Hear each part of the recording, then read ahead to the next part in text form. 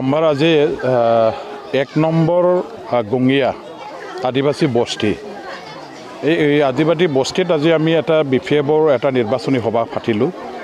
আৰু আদিবাসী সম্প্ৰদায় তেওঁলোকৰ গাঁও যেহেতু ইয়াত আমাৰ এই আদিবাসী ভাই বন্ধুসকল যিসকল মহিলা ৰাইজ আমাৰ ডেকা গাভৰু তেখেতসকলে দলে বলে আহি পেলাই মিটিংখনত উপস্থিত থাকিলে আৰু যোৱা দিনবিলাকত তেখেতসকলে আমাৰ ফালৰ পৰা আঁতৰি আছিলে তেওঁলোকে ৰুলিং দল ইউপিপিএলৰ লগত আছিল এই মুহূৰ্তত এমপি ইলেকশ্যনৰ আগে আগে আমি যেটো মিটিং পাতিবৰ কাৰণে এই গাঁওখনৰ ইয়াত চিন্তাই কৰা নাছিলোঁ কিন্তু তেখেতসকলে তেওঁলোকৰ গাঁওখনত মিটিং পাতিবৰ কাৰণে আমালৈ নিমন্ত্ৰণ জনালে আৰু এই হিচাপে আজি মিটিংখন পাতিছোঁ আৰু আহাৰ লগে লগে যেনেকুৱা ধৰণৰ তেওঁলোকে সঁহাৰি আগবঢ়ালে আৰু এই গাঁওখনৰ সমূহ ৰাইজে ইউপিপিএল আজি সমূহীয়াভাৱে ত্যাগ কৰি পেলাই গোটেইখিনি গাঁৱৰ ৰাইজে বিপিএফ দলত যোগদান কৰিলে সেইটো আমাৰ কাৰণে এটা ডাঙৰ এচিভমেণ্ট আমাৰ কাৰণে আনন্দৰ এটা সংবাদ আমি ৰাজনৈতিকভাৱে এটা শক্তিশালী এটা ভেটি আমাৰ এই 1 নং গঙ্গিয়া আদিবাসী গাঁওখনত আজি প্ৰতিষ্ঠা কৰিব পাৰিছোঁ তেখেতসকলে এটা সংকল্প লৈছে যে আগন্তুক এমপি ইলেকশ্যনত আমি বিপিএফৰ প্ৰাৰ্থীজনক জিকাবৰ কাৰণে একেলগে নাঙল পাৰ্টিৰ লগত কাম কৰিম আৰু আমিও ক'লোঁ যে আদিবাসী ভাই ককাইসকল যেহেতু চিধা চাধা সৰল সহজ একেবাৰে শান্তিপ্ৰিয় এটা কমিউনিটি আৰু বড়ো আদিবাসী একেলগে একেখন গাঁৱত একেটা অঞ্চলতে আমি একেলগে বসবাস কৰা সহাৱস্থান কৰা সম্প্ৰদায় আমি এই অঞ্চলত বড়ো গাঁওবিলাকত যেনেকুৱা ধৰণৰ উন্নতি হৈছে ঠিক তেনেকুৱা ধৰণৰ আদিবাসী গাঁওবিলাকতো উন্নতিটো হ'ব লাগিব ওচৰত যদি ৰাভা গাঁও আছে ৰাভা গাঁৱতো উন্নতিটো তেখেতসকলেও পাব লাগিব আৰু এই সমবিকাশ উন্নয়নৰ এটা মানে কি কয় আমাৰ যেটো লক্ষ্য উদ্দেশ্য সকলো জাতি জনগোষ্ঠীক অধিকাৰ প্ৰদান কৰাৰ আমাৰ যেটো নীতি সেই নীতিটো গ্ৰহণ কৰি পেলাই যেটো আমি কাম কৰিবলৈ লৈছোঁ আৰু এই কাম কৰাৰ বেলেকাত সকলো জাতি জনগোষ্ঠীৰ মানুহবিলাকেও একেলগে বিপিএফত অংশগ্ৰহণ কৰি পেলাই কাম কৰাৰ দৰকাৰ আছে সেই কথাটো তেখেতসকলে আজি উপলব্ধি কৰিছে আজি আমাৰ ইয়াত চেণ্ট্ৰেল কমিটি বিপিএফৰ যেটো আমাৰ আদিবাসী চেল আছে এই চেলৰ সভাপতি কৰ্ণলিয়াছ আমাৰ মাৰ্ডি ডাঙৰীয়াও আছে আমাৰ ইয়াত ভাইচ প্ৰেছিডেণ্ট নাথানিয়েল মুৰ্মুও আছে তেখেতসকলেও সুন্দৰকৈ তেওঁলোকৰ ভাষাত নিজৰ মানে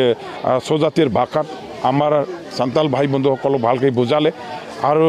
তেওঁলোকে ভালকৈ বুজিলে গতিকে আগন্তুক নিৰ্বাচনত এইখন গাঁৱৰ আমাৰ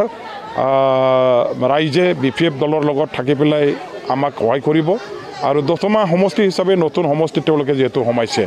আহি থকা দিনবিলাকত যদি দতমা সমষ্টিত ইলেকশ্যন খেলিব লাগে মোক যদি ইয়াত প্ৰাৰ্থী হিচাপে এমএলএ সমষ্টি ইয়াতে যদি খেলিব লাগে বুলি কিবা কাৰণত যদি মোক টিকেট দিয়ে মইতো এই অঞ্চলতে আহি খেলিব লাগিব ইয়াৰ কাৰণে মই কৈছোঁ যে যোৱা দিনবিলাকত যিমানখিনি উন্নতি হৈছে এইটোও ঠিকই আছিল আৰু যিমানখিনি কৰিব লগা আছে সেইটো আহি থকা দিনবিলাকত ইয়াত কোনো জাতি জনগোষ্ঠী এইবিলাক মানে চিন্তা নকৰাকৈ অঞ্চলৰ উন্নয়নৰ কাৰণে সামগ্ৰিকভাৱে যেটো সমবিকাশ উন্নয়নৰ এটা আমাৰ নীতি আছে সেই নীতিৰে কাম কৰি যাবৰ কাৰণে মই তেখেতসকলৰ আগত প্ৰতিশ্ৰুতি প্ৰদান কৰিছোঁ আৰু তেখেতসকলক মই এটা আশ্বাস দিছোঁ যে আপোনাসকলৰ গাঁওখনৰ কেতিয়াও অৱহেলিত নহ'ব আপোনালোকৰ গাঁওখনৰ উন্নয়নৰ কাৰণে আপোনালোকৰ অঞ্চলৰ উন্নয়নৰ কাৰণে মই নিজে দায়িত্ব ল'ম আৰু নিৰ্বাচনৰ পাছত মই আপোনালোকৰ গাঁওখনত আকৌ আহিম আৰু যিখিনি সমস্যা আছে এইবিলাক বাস্তৱত সফল কৰিবৰ কাৰণে সমাধানৰ কাৰণে মই দায়িত্ব ল'ম বুলি মই আশ্বাস প্ৰদান কৰিছোঁ চন্দন ব্ৰহ্ম আমাৰ বিপিএফ দলৰ এজন শক্তিশালী নেতা আছিলে তেখেতে ইতিমধ্যে অসমৰ প্ৰাক্তন মন্ত্ৰী হিচাপে বিপিএফৰ হৈ দিছপুৰত 2বাৰ মন্ত্ৰী হৈ গ'ল আৰু ভালেখিনি তেখেতে আমাৰ কি কয় বিটিচি উন্নয়নৰ কাৰণে বিটিচিৰ আমাৰ যেটো ষ্টেটাছ সেইটো উপযুক্ত পৰ্যায়লৈকে লৈ যাবৰ কাৰণে যথেষ্ট কাম কৰা মোৰ সংগ্ৰামী বন্ধু বিএলটিৰ ভাইচ প্ৰেছিডেণ্ট আছিলে আৰু বিএলটিত অহাৰ আগতে আফচুৰো তেখেত যেতিয়া মই সভা মানে কোকৰাঝাৰ জিলাৰ জেনেৰেল ছেক্ৰেটাৰী হিচাপে মই আছিলোঁ তেতিয়া তেওঁ মোৰ এছিষ্টেণ্ট জেনেৰেল ছেক্ৰেটাৰী হিচাপে একেলগে মোৰ লগতে কাম কৰা আৰু আমি জাতিটোৰ কাৰণে অঞ্চলৰ কাৰণে অৱহেলিত লাঞ্ছিত বঞ্চিত হোৱা কমিউনিটি যিসকল আছে বড়োলেণ্ড অঞ্চলত তেওঁলোকৰ কাৰণে যৌথভাৱে একেলগে সংগ্ৰাম কৰা সংগ্ৰামী শক্তিটো আছিলে BPF-ত যেতিয়া আছিলে একেলগে কাম কৰিবলৈ ভাল পাইছিলোঁ, এটা টিম স্পিৰিট আমি মেইনটেইন কৰি চলিব পাৰিছিলোঁ। কিন্তু হঠাৎ আজি তেখেতে কিহৰ কাৰণে কি কাৰণত আজি BPF ত্যাগ কৰি পেলাই UPPL দললৈ যাবৰ কাৰণে তেখেতে সিদ্ধান্ত লৈছে বা যোজা চলাইছে, মই ইয়াৰ ৰহস্যবিলাক ভালকৈ বুজি নাপাওঁ, কাৰণবিলাক মই বুজি পোৱা নাই। যিয়ে নহওক তেখেতে মানে যাব নালাগিছিল আৰু যোৱাৰ সিদ্ধান্ত লোৱাটো মই খুব বেছি মানে ভাল সিদ্ধান্ত হৈছে বুলি মই সেইটো নাভাবোঁ। সেইটো তেখেতে এটা ভুল সিদ্ধান্ত লৈছে বুলি মই মোৰ ফালৰ পৰা আৰু মোৰ ৰাজনৈতিক দৃষ্টিভংগীৰ পৰা মই কৈছোঁ। গতিকে এতিয়াও সময় আছে, তেখেতে পুনৰ বিচাৰ কৰক আৰু মানে আমি একেলগে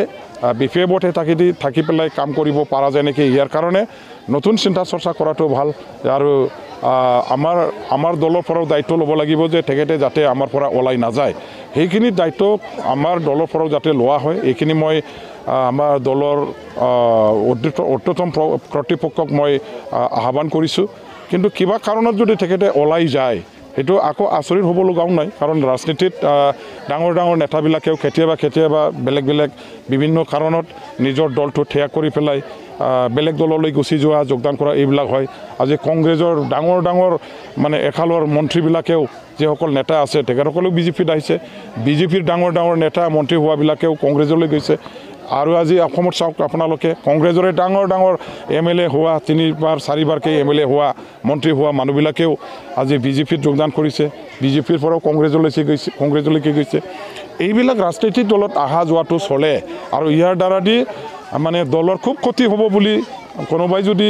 মানে ভাবিও, এইবিলাক ক্ষতি নহয়, এইবিলাক আৰু মানে দলৰ কাৰণে একো ক্ষতি নহয়। আৰু দলে ইয়াৰ কাৰণে কেনেকৈ মেকআপ কৰি কাম কৰিব লাগে, নিশ্চয় ইয়াৰ ব্যৱস্থা ল'ব, পলিচি ল'ব। আৰু মই ভাবোঁ আমাৰ BPF দলৰ লগত চন্দন ব্ৰহ্মই আকৌ একেলগে থাকি পেলাই কাম কৰাটো ভাল। মই তেখেতক আহ্বান জনাইছোঁ। এইটো ভুল। এটা সময়ত নিখিল বৰা ছাত্ৰ সন্থাই নিজে যিহেতু সংগ্ৰাম কৰিছিলে, ছেপাৰেট ষ্টেট বড়োলেণ্ডৰ মুভমেণ্ট কৰিছিলে, আৰু সেই মুভমেণ্টটো বাস্তৱত সমাধানৰ কাৰণে প্ৰয়োজন যিহেতু আছিল, আৰু সমাধানৰ সূত্ৰ উলিয়াবৰ কাৰণে আমি ভাৰত চৰকাৰ, অসম চৰকাৰৰ ওপৰত ৰাজনৈতিকভাৱে হেঁচা প্ৰয়োগ কৰিবলৈ এটা ৰাজনৈতিক কুচকাৱাজো চলাব লগা হৈছিল। যাৰ কাৰণে আমি মুভমেণ্ট চলাই থকা সময়তে MP, MLA এইবিলাক প্ৰত্যেকবাৰ নিৰ্বাচনতে অংশগ্ৰহণ কৰি পেলাই আমাৰ ফালৰ পৰাই নিৰ্দলীয়ভাৱে আমি প্ৰাৰ্থীবিলাকক জিকাই দি পেলাই তেখেতসকলক দিল্লী, দিছপুৰৰ সংসদত আৰু বিধানসভাৰ মজিয়াত আমাৰ ছেপাৰেট ষ্টেট মুভমেণ্টৰ সমাধানৰ কাৰণে কাম কৰিবলৈ দায়িত্ব দিছিলোঁ। এই মৰ্মে তেওঁলোকেও যথেষ্ট ছিষ্টেমত থাকি পেলাই সংগ্ৰামটো কৰিছিলে, পাৰ্লিয়ামেণ্টাৰী ছিষ্টেমত থাকি জোৰদাৰভাৱে আৱাজ উত্থাপন কৰিছিল, ভাৰত চৰকাৰ, অসম চৰকাৰৰ প্ৰেছাৰ ক্ৰিয়েট কৰিছিল। আমাৰ আন্দোলন আৰু তেওঁলোকৰ ছিষ্টেমত থাকি কৰা আন্দোলনৰ সহযোগতে আজি BSC হৈ গ'ল, BTC হৈ গ'ল। এইবিলাক এটা আমাৰ যৌথভাৱে সৰ্বসন্মতিক্ৰমে লোৱা এটা সিদ্ধান্ত আছিল। আৰু সেই সময়ত ইয়াৰ কাৰণে আপচু খোলাখুলিকৈ ওলাই একেলগে কাম কৰিছিল। আমাৰ আপচুৰ লগত BPSC, আবব দুব্বা বড়োসকলৰ যিমান সংগ্ৰামী সংগঠন আছে, BLTৰ পৰা আৰম্ভ কৰি তেওঁলোকে যেতিয়া চিজফায়াৰত আহিছিলে, একেলগে আমি MLA, MP জিকাবৰ কাৰণে ইলেকশ্যনবিলাকত অংশগ্ৰহণ কৰিছিলোঁ। কিন্তু এতিয়া যিহেতু বড়োসকলৰ মাজত কোনো ছেপাৰেট ষ্টেটৰ মুভমেণ্ট নাই, কোনো ইছ্যু নাই, সমস্যা নাই, এতিয়া সমাধান হৈ গ'ল। এতিয়া ৰাজনৈতিক নেতাবিলাকৰ হাতত এৰি দিয়ক। ৰাজনৈতিক নেতাবিলাকে ছিষ্টেমত থাকি পেলাই তেখেতসকলে ৰাজনৈতিকভাৱে প্ৰশাসন চলাব, তেখেতসকলে ৰাজনৈতিকভাৱে একৰ্ডৰ ইমপ্লিমেণ্টেশ্যনৰ প্ৰক্ৰিয়া আৰম্ভ কৰিব। ইয়াত এতিয়া নিখিল বড়ো ছাত্ৰ সন্থাই অৰাজনৈতিক ছাত্ৰ সংগঠন হিচাপে, সামাজিক সংগঠন হিচাপে জাতি, সমাজ আৰু আমাৰ ছাত্ৰ ছাত্ৰীসকলৰ যিবিলাক সমস্যা আছে, সামাজিক সমস্যা আছে, জাতীয় সমস্যা আছে, এই সমস্যাবিলাকৰ কাৰণে সুকীয়াভাৱে তেখেতসকলে স্বতন্ত্ৰভাৱে কাম কৰক। আপচুত ইয়াত আপোনালোকে ভাবিব লাগিব যে আমি BPF কৰা ফেমিলিৰ পৰাও আপচু আছোঁ, কোনোবা CPM, CPI কৰাবিলাকৰ পৰাও আপচু আছে, UPPL কৰাবিলাকৰ পৰাও আপচু আছে। আজি বিশেষ এটা ৰাজনৈতিক দলৰ লগত যদি আপচুৱে থাকি পেলাই কাম কৰে, তেনেহ'লে বড়ো জাতিৰ মাজতে বিভিন্ন দল সংগঠন কৰা সমূহে আপচুত থাকি পেলাই কাম কৰা বা আপচুক সমৰ্থন কৰাৰ বেলেকাত নিশ্চয় ব্যাঘাত জন্মিব, অসুবিধা হ'ব। গতিকে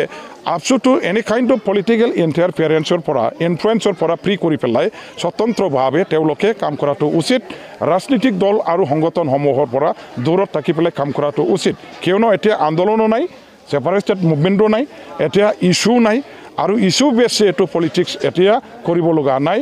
ইয়াত পাৱাৰৰ পলিটিক্স চলিছে, পাৱাৰ পলিটিক্সত জড়িত হ'লে কিন্তু তেখেতসকলে ভাবা উচিত যে পাৱাৰ পলিটিক্সত অহাৰ লগে লগে তেওঁলোকেও কণ্ট্ৰভাৰ্চিয়েল হ'ব আৰু এই কণ্ট্ৰভাৰ্চিৰ যেতিয়া মানে ইয়াৰ সৃষ্টি হ'ব তেতিয়া তেওঁলোকৰ সংগঠনৰ মাজতো সমস্যা আহিব পাৰে আৰু এই সমস্যা আহি পেলাই সংগঠনটো দুৰ্বল হৈ যোৱাটো মই নিবিচাৰোঁ গতিকে তেখেতসকলক মই আহ্বান কৰিছোঁ